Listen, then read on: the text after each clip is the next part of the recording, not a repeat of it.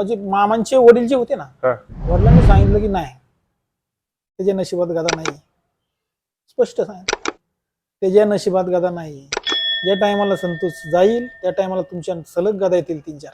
त्यानंतर मग राहुल काळभोर झाला. हे पहिलं भविष्याने केलं मामांचे शब्द, मामांच्या वडिलांचे शब्द आहेत धनराज भुजबळला अजून होतं. काय म्हणले होते? त्यानंतर तुमचे 3-4 महाराष्ट्र केसरी होणार, पण संतोष गरुड महाराष्ट्र केसरी होणार नाही.